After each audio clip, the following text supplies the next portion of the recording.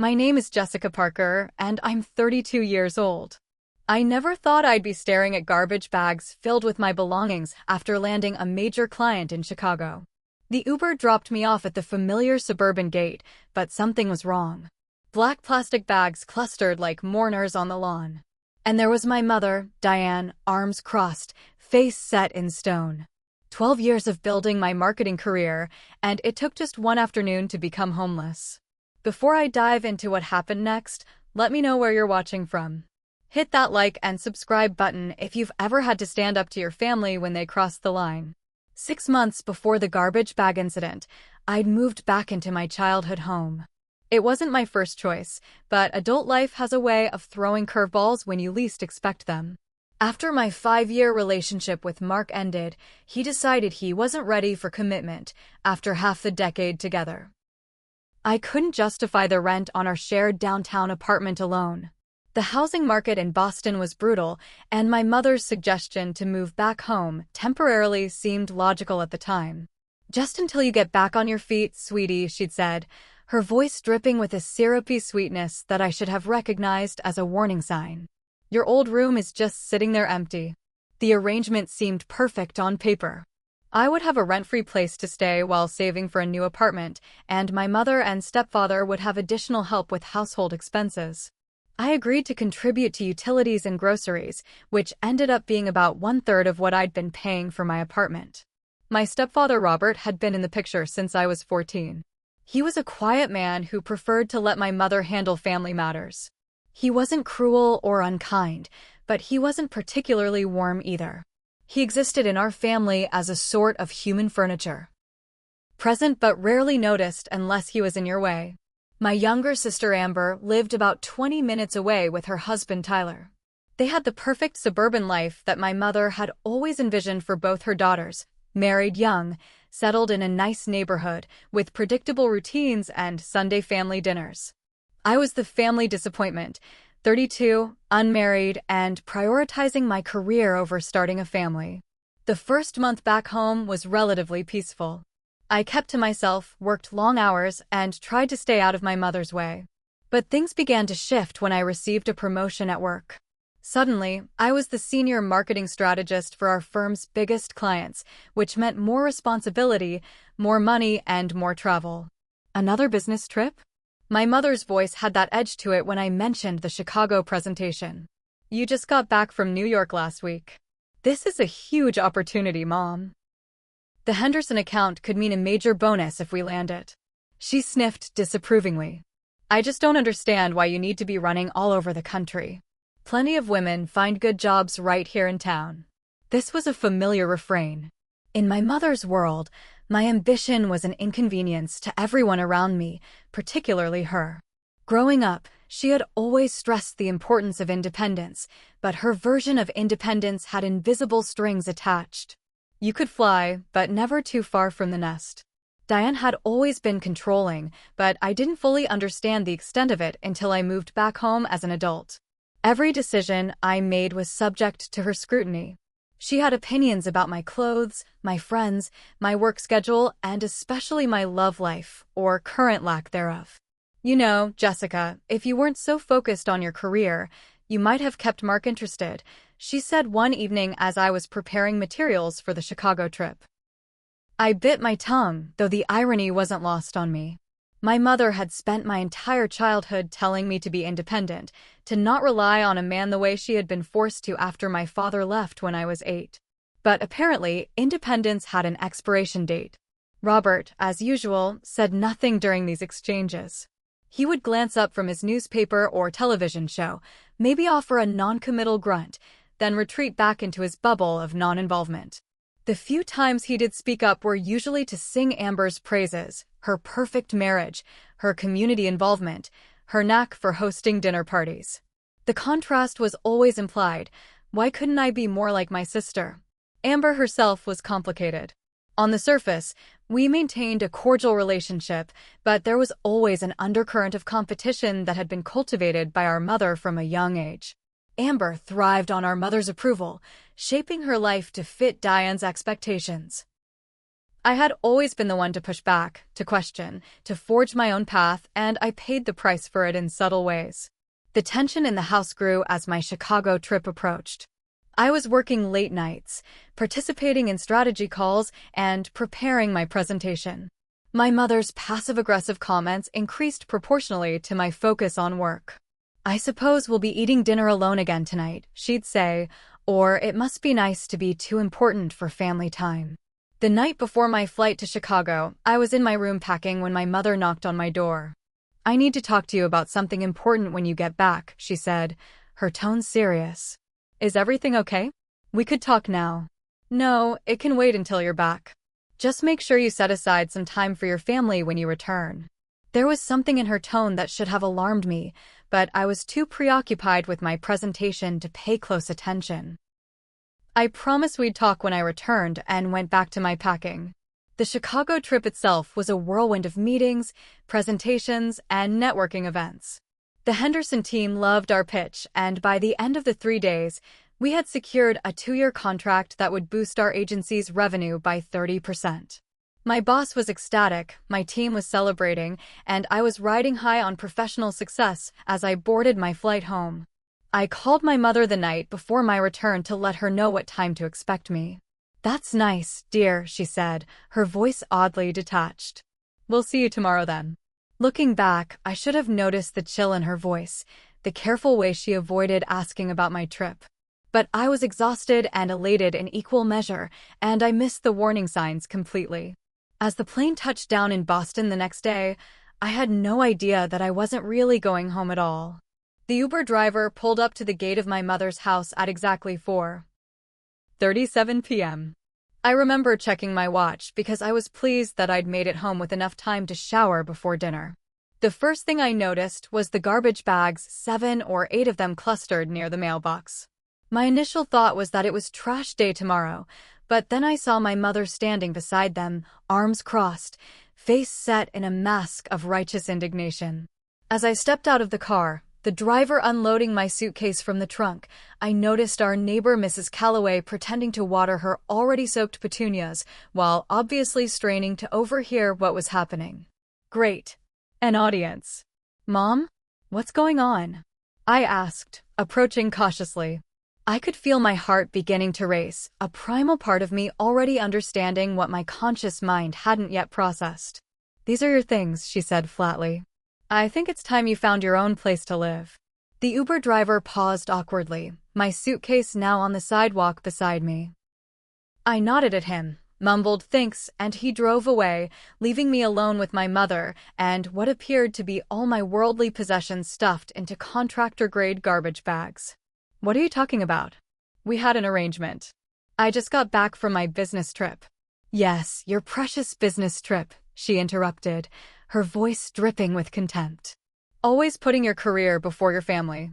That's always been your problem, Jessica." I felt like I'd stepped into an alternate reality. Had something happened while I was away? Was someone ill? Had I forgotten an important family event?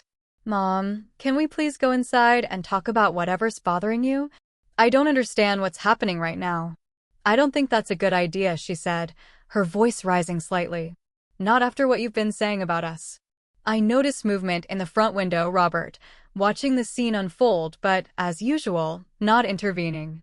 Mrs. Calloway had given up all pretense of gardening and was openly staring now. "What are you talking about? What did I say?" My mother's expression hardened. "I was cleaning your room yesterday." "You were what?" I interrupted, anger flaring. "Mom, I'm 32 years old. You have no right to go through my things." "It's my house," she snapped back. "And it's a good thing I did. I found your little diary." My blood ran cold. I kept a journal, not a diary, I wasn't 12, where I processed my thoughts, feelings, and frustrations. It was private. It was personal. And yes, there were probably entries about my frustrations with my family situation. It was my emotional outlet, the one place I could be completely honest without fear of judgment. "You read my private journal?" I was incredulous, my voice shaking with a combination of rage and humiliation. "I most certainly did, and I'm glad I did. The things you wrote about this family, about me. calling me controlling and manipulative, saying Robert is a spineless enabler, complaining about how we treat you, after everything we've done for you. Each accusation hit like a physical blow. Those were private thoughts, never meant to be shared. The violation felt absolute and unforgivable. Those were private thoughts. You had no right, I said, fighting to keep my voice steady. Everyone has negative thoughts sometimes. That journal was my way of processing them so I could maintain a good relationship with you despite our differences. A good relationship, she scoffed. You've been lying to our faces while writing horrible things behind our backs. What kind of daughter does that? The kind who's trying to navigate a difficult family dynamic while maintaining her sanity, I shot back, my patience evaporating. What kind of mother reads her adult daughter's private journal and then throws her out of the house because she didn't like what she read? Mrs. Calloway was practically leaning over her fence now. I could see Robert's silhouette still in the window, unmoving. If you think I'm such a terrible mother, then you don't need to live under my roof, my mother said coldly. I want you out. Now. I can see that, I replied, gesturing to the garbage bags. You couldn't even put my things in proper luggage? You had to use trash bags to make your point. You have two options, my mother continued as if I hadn't spoken. You can apologize sincerely for the horrible things you wrote, promise never to keep such a journal again, and we can try to move forward. Or you can take your things and leave. Permanently. The ultimatum hung in the air between us. I looked at my mother, really looked at her, and saw something I had never fully acknowledged before. This wasn't new behavior. This was who she had always been. The emotional manipulation, the invasion of privacy, the public humiliation as a control tactic. These were her standard tools, and she had been using them my entire life. In that moment, something shifted inside me. A lifetime of trying to please her, of walking on eggshells, of making myself smaller to accommodate her insecurities, it all crystallized into a single moment of clarity. I will not apologize for having private thoughts or for finding a healthy way to process my emotions, I said quietly. What you did was wrong, Mom. Deeply wrong. Her face hardened further, lips pressing into a thin line. Then I guess you've made your choice. She turned and walked back toward the house without another word, leaving me standing by the garbage bags containing all evidence of my existence in my childhood home. I stood frozen for several long moments, the reality of my situation slowly sinking in. The garbage bags sat accusingly at my feet, my suitcase from Chicago beside them, the physical manifestation of my homelessness. Mrs. Calloway had finally retreated inside, presumably to call everyone she knew with fresh gossip about Diane Parker's ungrateful daughter. With shaking hands, I pulled out my phone and called the one person I knew would come without questions. Megan? It's Jess. I need help. Can you come to my mom's house with your car? It's an emergency. To her credit, Megan didn't press for details. I'll be there in 20 minutes. Hang tight. I sat on the curb beside my belongings, numb and disoriented. The front door remained firmly closed. No sign of my mother or Robert. It was as if I had already been erased. While waiting for Megan, I opened one of the bags to see what my mother had packed, or rather, thrown together. My clothes were crumpled, some still on hangers, others balled up. Books were tossed in haphazardly, their pages bent. Photo frames with cracked glass. It wasn't packing, it was a statement. When Megan's Honda Civic pulled up, her expression shifted from concern to shock as she took in the scene. What the hell happened? She asked, jumping out of her car. My mother went through my things, read my private journal, and kicked me out, I summarized, my voice sounding hollow even to my own ears. Megan's face darkened. She did what? That's insane, Jess. We loaded the garbage bags and my suitcase into her car in silence. I kept expecting the front door to open, for my mother to come out and say it was all a misunderstanding, or even for Robert to sneak out and offer some words of support. But the house remained silent, indifferent to my exile. Once we were in the car, the dam broke. I sobbed uncontrollably as Megan drove aimlessly, giving me the space to fall apart.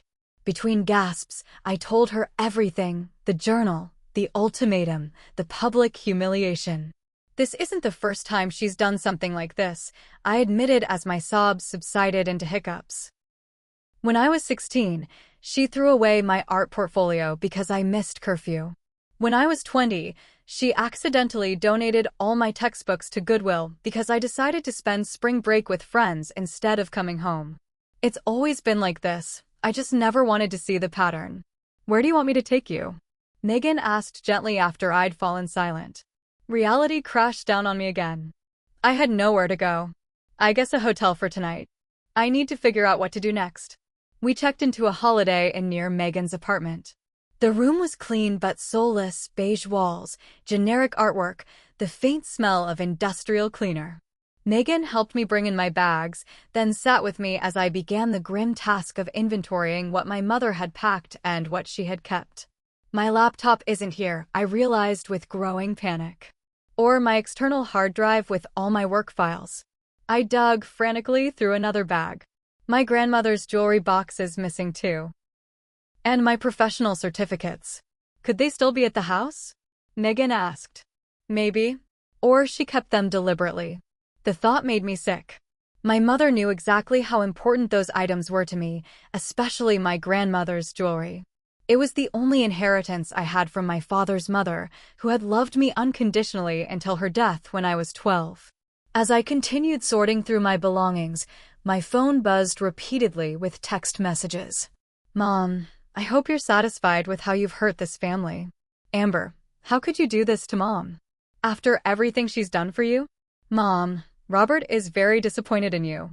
Amber, Mom is crying. I hope you're happy now. Mom, when you're ready to apologize, we can talk. The barrage continued, each message designed to chip away at my resolve, to trigger the guilt and obligation that had kept me tethered to their dysfunction for so long. I showed the messages to Megan, who shook her head in disbelief. This is gaslighting 101, Jess. You know that, right? You're not the one who did something wrong here. Intellectually, I knew she was right. But 3 decades of conditioning don't disappear in an instant. The guilt was crushing, even as the anger and hurt fought for dominance in my emotional landscape. Around 10 p.m., my phone rang, Robert's number. Maybe he's calling to help, Megan suggested, though her tone suggested she doubted it. I answered, putting it on speaker so Megan could hear. Jessica.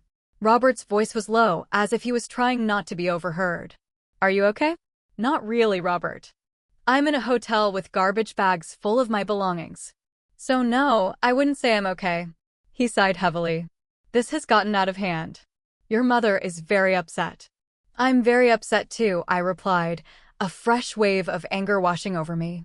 She invaded my privacy, read my personal journal, and threw me out of the house. You know how she can get, he said, as if that explained everything.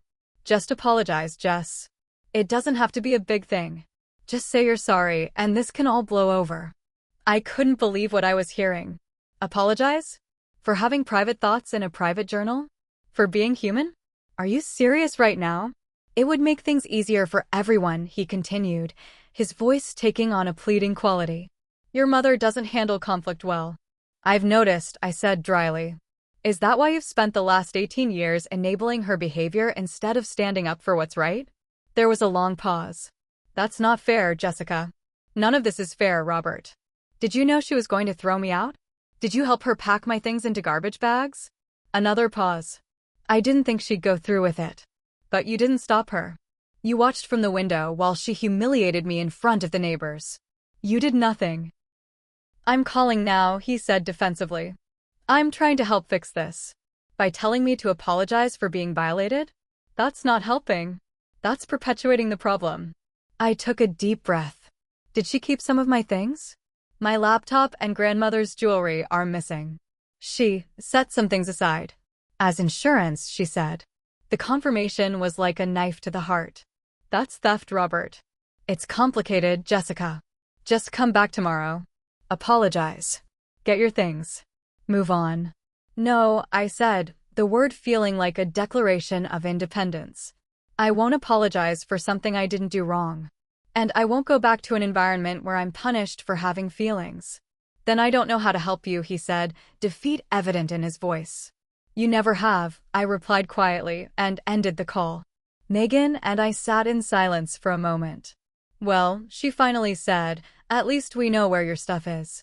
I laughed, a sharp, broken sound that held no humor. And I know where I stand with my family. As I lay in the unfamiliar hotel bed that night, staring at the ceiling, my world felt simultaneously shattered and clarified. Everything I had built, my sense of security, my understanding of family, my belief in unconditional love, had been revealed as an illusion. But in that painful clarity, there was also a strange kind of freedom waiting to be claimed. The hotel room was aggressively neutral, beige walls, brown carpet, abstract watercolor prints in muted blues and greens. It was designed to be forgettable, a temporary space between real destinations. As I lay awake at 2 a.m., the irony wasn't lost on me. My life had become just as transitional and undefined as this room. After Megan left, promising to check on me the next day, I began the depressing task of sorting through my belongings. The garbage bags sat like black monuments to my mother's rage. I emptied each one methodically, creating piles on the bed, the desk, the floor, anywhere I could find space. Clothes, mostly there, though I noticed my favorite sweater was missing and several items had mysterious stains that hadn't been there before.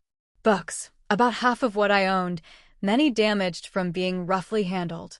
Toiletries, a random assortment, as if someone had swept an arm across the bathroom counter and dumped whatever fell into a bag. Photos. Some intact, others with cracked frames or torn edges. In one bag, I found a small box containing childhood mementos, report cards, art projects, participation ribbons. Seeing them sparked a flood of memories, my mother's conditional praise, always tinged with criticism. An A-? What happened to the plus? Or, that's a nice drawing, but why so many dark colors? I picked up a clay handprint I'd made in 2nd grade, painted in bright primary colors. The edges were chipped now. On the back, in my childish scrawl, to Mom, I love you to the moon and back. I set it down carefully, a lump forming in my throat. At 3 a.m., I called my boss, leaving a voicemail explaining that I had a personal emergency and needed to take a day off. I couldn't bring myself to share the humiliating details. Sleep came in fitful bursts, interrupted by anxiety dreams where I was searching for something important in a house that kept changing shape. I woke at 7 a.m. to my phone ringing. My boss returning my call. Jessica? Is everything okay? This isn't like you. I hesitated, then decided on a version of the truth. I've had a family situation come up. I've lost my housing situation suddenly and need a day to figure things out. Lost your housing? What happened? It's complicated, I said, not wanting to break down on the phone with my boss. Family issues. I just need today to find a new place to stay and sort some things out. There was a pause, then take whatever time you need. The Henderson contract is secured, and the team can handle the follow-up for now. Just keep me posted. His understanding brought tears to my eyes. Thank you. I will. As I ended the call, another came in from Alicia, a coworker I'd grown friendly with over the past year. Jessica? Tim just told me something happened. Are you okay? Again, I gave the abbreviated version. To my surprise, Alicia immediately offered a solution. My roommate moved out last month and I haven't found a replacement yet. The 2nd bedroom is empty. You're welcome to stay until you figure things out. Her kindness nearly undid me. Are you sure? I don't want to impose. Absolutely sure. It's furnished with the basics, bed, dresser, desk. You'd be doing me a favor with some rent help, honestly. We arranged for me to move in that afternoon. After hanging up, I sat on the edge of the hotel bed, overwhelmed by the contrast between my family's rejection and my colleagues' immediate support. My phone buzzed with a text from my mother. Mom, I hope you've had time to think about your behavior. We can talk when you're ready to apologize. The message ignited something in me, not the guilt or shame she intended, but a sudden, clarifying anger. I typed back, I deserve respect. What you did was wrong. Her response came immediately. Mom, after everything I've done for you, this is the thanks I get? Your ingratitude is breaking my heart. Then from Amber. Amber, Mom's a mess because of you. How could you hurt her like this? The familiar pattern was so transparent now, the guilt trips, the emotional manipulation, the unified front against the designated wrongdoer. How had I not seen it clearly before? Instead of engaging further, I did something I'd never done before. I blocked their numbers. The action was both terrifying and liberating, like cutting an umbilical cord that had long since become a chain. As morning sunlight filtered through the cheap hotel curtains, I opened my laptop, thankfully in my Chicago suitcase, not left at the house, and began making lists. 1. Essential items to replace immediately. 2. Budget for first month of independence. 3. Apartment hunting timeline. 4. Legal options for retrieving my stolen property. The last one gave me pause. Could I really take legal action against my own mother? The thought made me queasy, but I left it on the list. Just having it as an option felt like reclaiming some power. By noon, I had formulated a plan. I would stay with Alicia temporarily while looking for my own place. I would replace essential items first, then gradually rebuild my possession over time. I would seek therapy to unpack the decades of manipulation I'd endured. And I would not, under any circumstances, apologize for having private thoughts in a private journal. As I checked out of the hotel, the desk clerk gave me a sympathetic smile. I hope things get better, she said, gesturing to my garbage bags. They already are, I replied, and was surprised to realize I meant it. Alicia's apartment was on the 3rd floor of a converted Victorian in Cambridge. The building had character, bay windows, ornate moldings, creaky hardwood floors, but most importantly, it had no memories, no emotional landmines waiting to explode beneath my feet. It's not much, Alicia said as she showed me to the 2nd bedroom, but it's yours for as long as you need it. The room was simple but welcoming, a full-size bed with plain white linens, a wooden desk beneath the window, an empty bookshelf, and a dresser. After the sterile hotel room and the chaos of garbage bags, it looked like paradise. This is perfect, I said, my voice thick with gratitude. I can't thank you enough. Don't mention it. I've been through family drama too. Sometimes you just need someone to throw you a lifeline. We spent that evening making the space feel more like mine. Alicia helped me unpack what I had and made lists of what I needed. We ordered Chinese food, drank cheap wine, and by the end of the night, I had laughed for the first time since returning from Chicago. The next morning brought new challenges. I needed clothes for work, toiletries that weren't travel-sized, and basic household items. My savings, while not insubstantial thanks to my recent promotion, would be stretched thin between replacing essentials and saving for a security deposit on a new apartment. I met with HR to explain my situation in broad terms and inquire about any employee assistance programs. The HR director, a kind-eyed woman named Patricia, listened without judgment. We have an emergency advance option for situations like this, she explained. You can receive up to 2 weeks' salary immediately, which would be deducted from your future paychecks over 6 months. It wasn't ideal, but it would help with immediate expenses. I accepted gratefully. Armed with the advance, I went on a targeted shopping spree, work clothes from a consignment store, toiletries from a pharmacy, a new laptop case, since my mother had kept my old one. Each purchase felt like a small act of defiance, a step toward rebuilding what had been taken from me. By the end of the first week, I had established a new routine.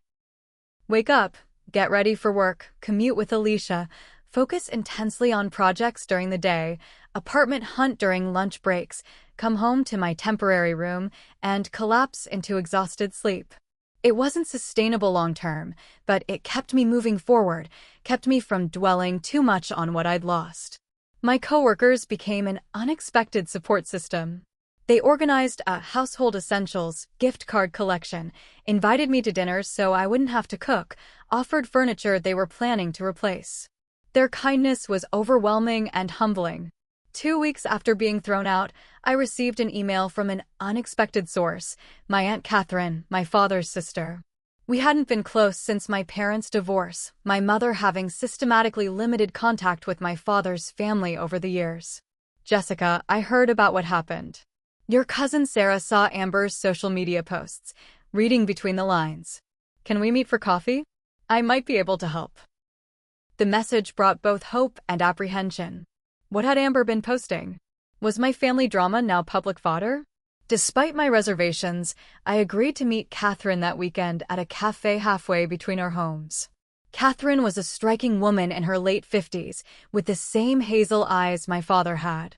When she hugged me, I felt an immediate connection to a part of my identity that had been suppressed for decades. "You look so much like him," she said as we sat down with our coffees. "He would be proud of the woman you've become." The simple statement brought tears to my eyes. "Thank you. That means a lot." Catherine didn't mince words once we settled in. "Your mother has been controlling the family narrative for years. She did the same thing to your father, isolated him, manipulated him, turned people against him when he didn't comply with her demands." "I never knew," I said quietly. "She always made it sound like he abandoned us." Catherine shook her head sadly. "He tried to maintain a relationship with you girls. The court granted him visitation, but Diane made it nearly impossible. The emotional toll on you kids when he tried to assert his rights. Eventually, he backed off, thinking it would be easier for you not to be caught in the middle. It was like having a missing puzzle piece suddenly click into place. So many childhood memories recontextualized in an instant." "Why are you telling me this now?" I asked. "Because you're going through what he went through, and I don't want you to blame yourself the way he did." And she hesitated, "Because I might be able to help. I have some things of yours, of your father's, really, that were meant to go to you when you turned 21. Diane prevented it then, but you're certainly old enough now to make your own decisions." The things turned out to be both emotional and practical treasures. A collection of letters my father had written to me over the years, never sent due to my mother's interference.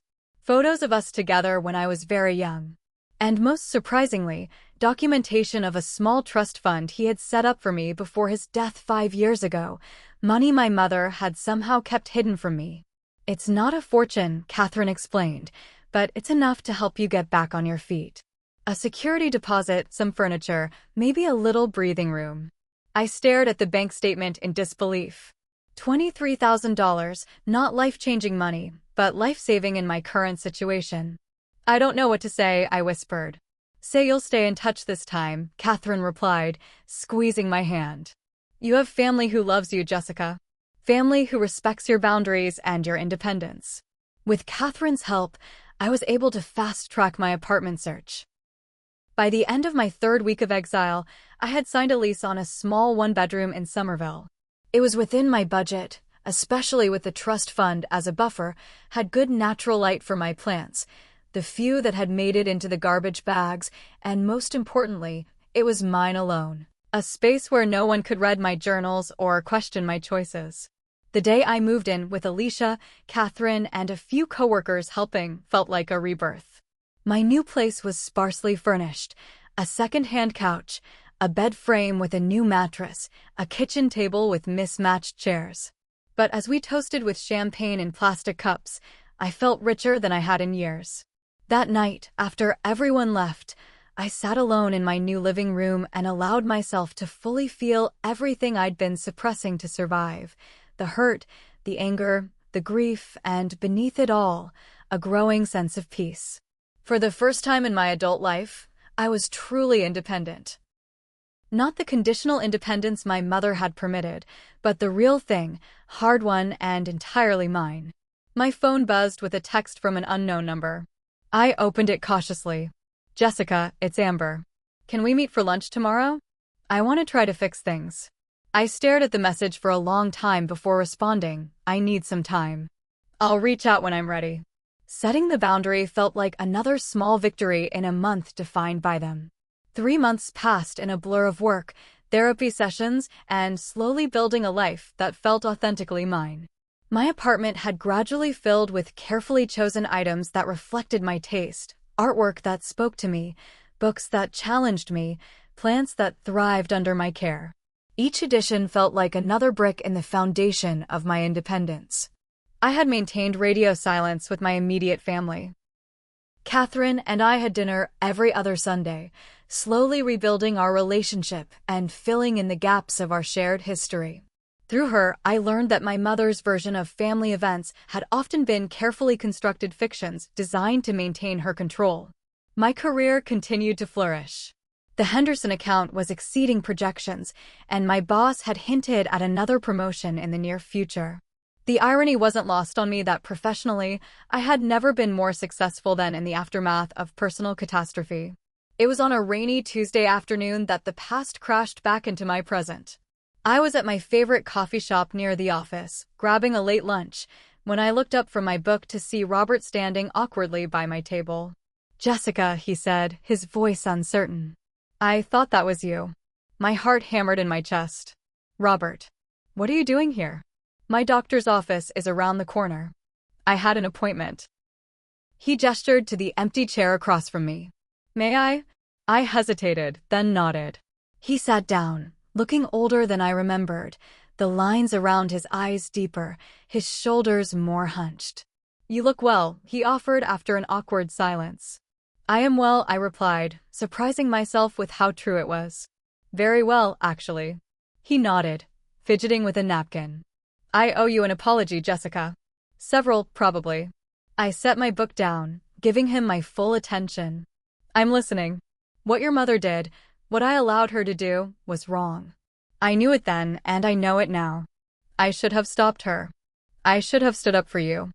His words hung between us, both unexpected and insufficient. "Why didn't you?"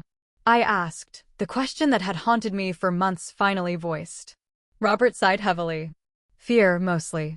Your mother has a way of, when she feels threatened or challenged, she lashes out. I've seen it happen to others before you. I've experienced it myself." My eyebrows shot up. "She's done this to you too?" "Not exactly the same, but similar tactics. The silent treatment. Threats to leave. Public humiliation." He looked down at his hands. "I've spent 18 years walking on eggshells, Jessica. It's not an excuse for failing you, but it's the truth." "Has she been diagnosed with anything?"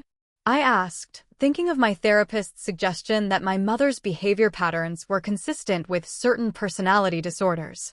"No. She refuses to consider therapy or counseling. Anyone who suggests it becomes the enemy." He paused. "There's something you should know.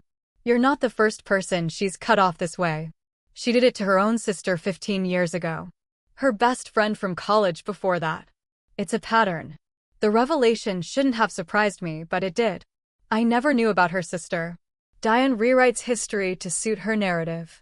Anyone who challenges that narrative gets erased. He looked at me directly for the first time. "She's done it to your father's memory. To her sister. To former friends. And now to you." We sat in silence for a moment, the ambient noise of the coffee shop filling the space between us. "I've left her," Robert said finally. "Last month. I'm staying with my brother until I figure out next steps." I was stunned. "What happened?" "She did to me what she did to you, just a different version. Found emails between me and my financial advisor about retirement planning. Accused me of hiding money, planning to leave her destitute. Threw out my collection of vinyl records, 40 years of collecting, gone in an afternoon of rage." His pain was palpable, and despite everything, I felt a surge of empathy. "I'm sorry, Robert." "Don't be. It was long overdue. Watching what happened to you, it was like seeing my future reflected back at me. I realized I couldn't live that way anymore." He straightened slightly. "I've hired a lawyer. I'm filing for divorce." "How's she taking it?" "About as well as you'd expect. But I'm beyond caring at this point. I've wasted too many years trying to keep the peace at the expense of my dignity." We talked for nearly an hour, comparing notes on life with Diane, filling in blanks for each other. It was cathartic in a way my therapy sessions hadn't been, validation from someone who had experienced the same manipulation firsthand. As Robert prepared to leave, he handed me a small velvet pouch. "I managed to retrieve this before I left. I thought you might want it back." Inside was my grandmother's jewelry box, the one item whose loss had hurt the most. "Thank you," I whispered, genuinely moved by the gesture. "I'm trying to make amends where I can," he said simply. "Too little, too late, perhaps, but still." After Robert left, I sat for a long time, turning our conversation over in my mind.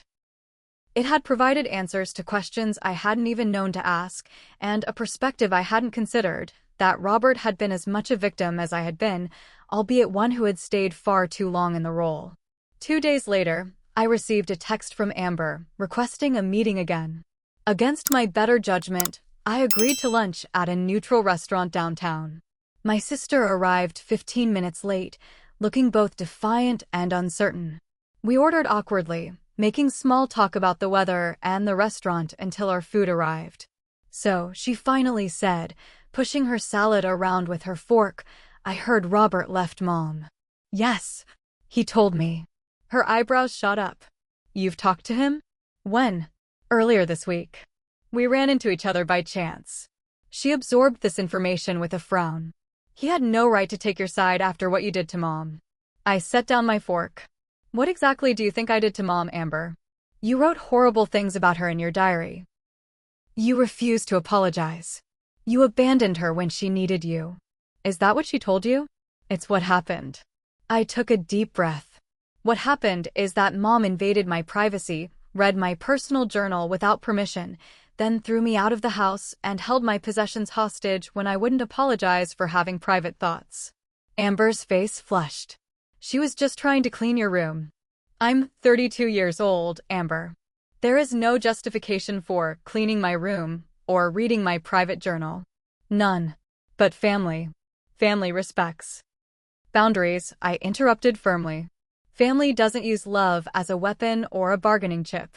Family doesn't publicly humiliate you to maintain control." She fell silent, pushing her food around her plate. "Why did you want to meet, Amber?" I asked finally. "Are you here on Mom's behalf?" She hesitated. "She misses you." "In her way. She talks about you all the time." "I'm sure she does. I'm the current villain in her narrative." "That's a starring role. That's not fair. Isn't it? Think about it, Amber. How many people has Mom cut out of her life over the years? Her sister, Dad, old friends. Now me. Robert. Do you see the pattern?" A flicker of uncertainty crossed her face. "She's been through a lot. We all have. That doesn't give any of us the right to manipulate and control the people who love us." We ate in silence for a few minutes. "She wants you to come to Sunday dinner next week," Amber finally said. "To talk things through." And by talk things through, she means she wants me to apologize and pretend none of this happened? Amber didn't deny it. "Would that be so terrible?" "For the sake of family peace." "Yes," I said simply. "It would be terrible. It would teach her that she can violate my boundaries without consequences. It would show her that emotional abuse works as a control tactic." "I won't do it, Amber." "So you're just done with us?" "With Mom?" "With me." Her voice cracked slightly. I softened my tone. "I'm not done with the possibility of a healthy relationship. But I can't and won't return to an unhealthy one. If Mom wants to rebuild a relationship with me, it starts with her acknowledging what she did wrong and committing to respecting my boundaries going forward." "She'll never do that," Amber said quietly. "I know. And that's her choice. Just like it's my choice to protect my well-being." We finished our lunch with stilted conversation about safer topics. As we prepared to leave, Amber hesitated, then asked, "Are you really doing okay? Living alone and everything?" "I'm doing better than okay," I told her honestly. "I'm learning who I am without Mom's voice in my head telling me who I should be. It's challenging sometimes, but it's also freeing." She nodded slowly. "I've never lived alone. Went straight from Mom's house to living with Tyler." "You could," I said gently. "If you wanted to." "I don't think I could," she replied, but there was a question in her eyes that hadn't been there before. We parted with an awkward hug and a promise to stay in touch that felt like it might actually be kept. That evening, scrolling through Instagram, I saw that my mother had posted photos from a family gathering I hadn't been invited to. The caption read, "So blessed by the family members who stand by me through thick and thin. #TrueFamily, #unconditional." I recognized the passive-aggressive message for what it was: another attempt to control the narrative, to position herself as the victim, to punish me publicly for setting boundaries. 6 months ago, it would have devastated me. Now, I felt only a distant sadness for a woman so trapped in her own dysfunction that she would sacrifice relationships rather than confront her own behavior. I closed Instagram and opened my email instead. There was a message from my boss confirming my promotion to associate director, effective the following month. The timing felt symbolic somehow, professional recognition arriving just as I was fully embracing my personal truth. The girl who had stood amid garbage bags 6 months earlier would never have believed where she would be now, stronger, clearer, free of the fog of manipulation that had clouded her judgment for so long. The journey had been painful, but the destination was worth every step. 1 year after finding my belongings in garbage bags at my mother's gate, I stood in my living room surrounded by friends, raising a glass of champagne. To Jessica Parker, the newest senior marketing director at Crawford & Associates. Megan announced, and everyone cheered. My apartment, no longer new, now thoroughly lived in and loved, was filled with people who had supported me through the most challenging year of my life. Alicia and her new roommate, Catherine and her husband, coworkers who had become friends. Even Amber, standing somewhat awkwardly near the kitchen, having taken tentative steps toward an independent relationship with me over the past few months. The promotion had come as a surprise, though my boss insisted it was long overdue. The Henderson account had expanded to include 3 additional brands from their parent company, all under my direction. My team had doubled in size. My salary had increased substantially. On paper, it looked like success had come easily. Only those closest to me knew the full story. The nights I'd cried myself to sleep, the panic attacks that had sent me to the emergency room twice in the early months, the grueling therapy sessions where I'd had to unlearn a lifetime of toxic conditioning. Speech. Someone called, and I laughed, shaking my head. No prepared remarks tonight, I said. Just gratitude. For all of you. For this past year of growth. For second chances and new beginnings. As the party continued around me, I slipped out onto my small balcony for a moment of quiet reflection. The summer evening was warm, the sky painted in dramatic purples and oranges as the sun set over the city. Mind if I join you? Catherine asked, sliding the door closed behind her. Please do. We stood in comfortable silence for a moment, watching the sunset. Your father would be bursting with pride if he could see you now, she said finally. I like to think he can, I replied. Somehow. Catherine smiled. How are you really doing? With everything. I considered the question carefully. I'm good. Not perfect, not completely healed, but good. Better than I've been in a long time. And Diane? Any contact? I shook my head. Not directly. Robert keeps me updated occasionally. The divorce is finalized. She's apparently telling people he had an affair. Classic Diane, Catherine murmured. Rewriting history. It doesn't hurt like it used to, I admitted. Knowing that she's spreading lies about me, trying to control how people see me. I've accepted that I can't control her narrative. I can only live my truth. That's wisdom, hard one, Catherine said, squeezing my arm affectionately. Inside, the party continued. I could see Amber through the window, laughing at something Megan had said. My sister had undergone her own transformation this year, smaller, more tentative than mine, but significant nonetheless. She still lived with Tyler, still saw our mother weekly, but she had begun setting boundaries of her own.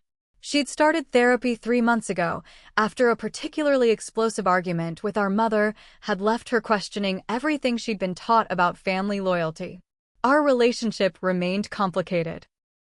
Some days we connected easily, recognizing in each other the shared experience of being Diane Parker's daughters.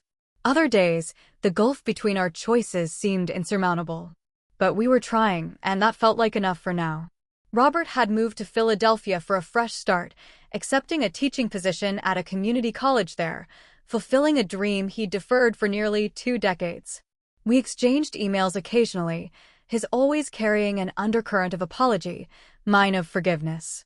He was dating again, he'd mentioned in his last message. Someone kind, he'd emphasized. Someone who respected boundaries. As for my mother, I had accepted that we might never reconcile. The requirements for rebuilding our relationship, her acknowledgement of wrongdoing, a genuine apology, a commitment to change, were things she seemed constitutionally incapable of providing. There were days when the loss still felt acute, when I caught myself reaching for the phone to share news or ask advice before remembering. But those moments had grown fewer with time. In their place had come unexpected gifts, deep friendships unencumbered by manipulation, professional confidence unmarred by undermining, romantic possibilities approached with healthy expectations. 6 months ago, I had begun dating Ethan, a graphic designer I'd met through work.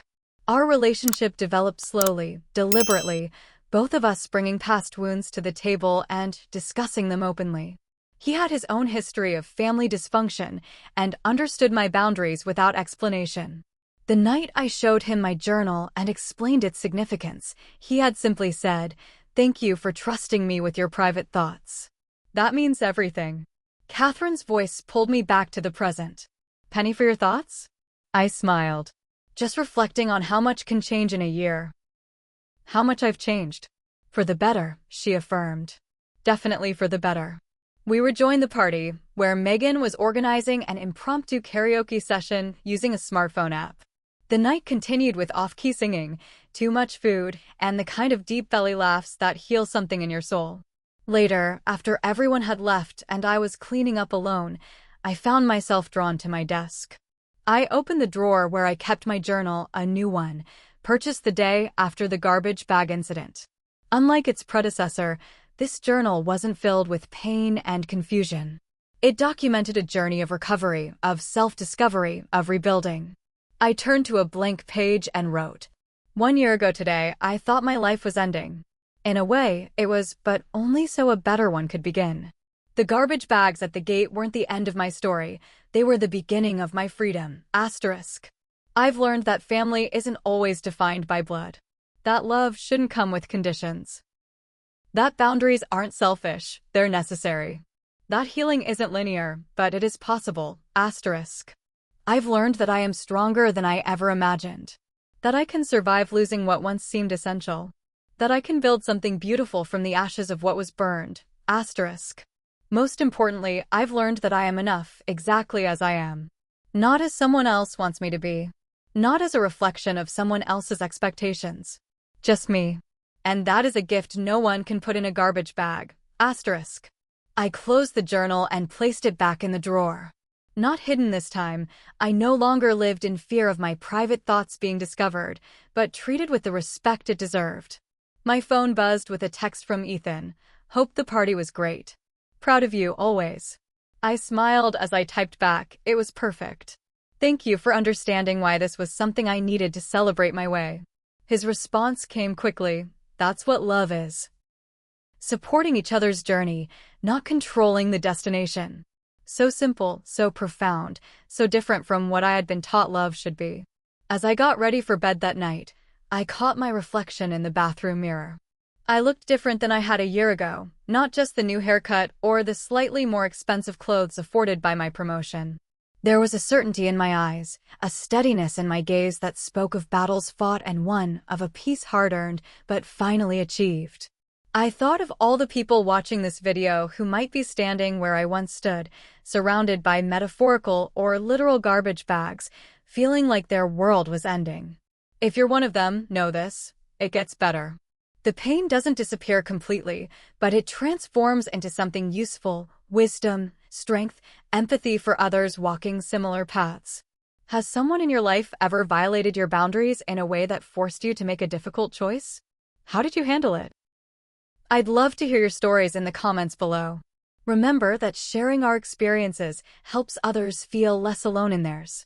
Don't forget to like this video if it resonated with you, subscribe for more stories of resilience and growth, and share with someone who might need to hear that they're not alone in their struggle. Thank you for being part of my journey. Remember, the ending of one chapter is just the beginning of another, and you get to decide how your story continues. Stay strong, set boundaries, and never forget your worth.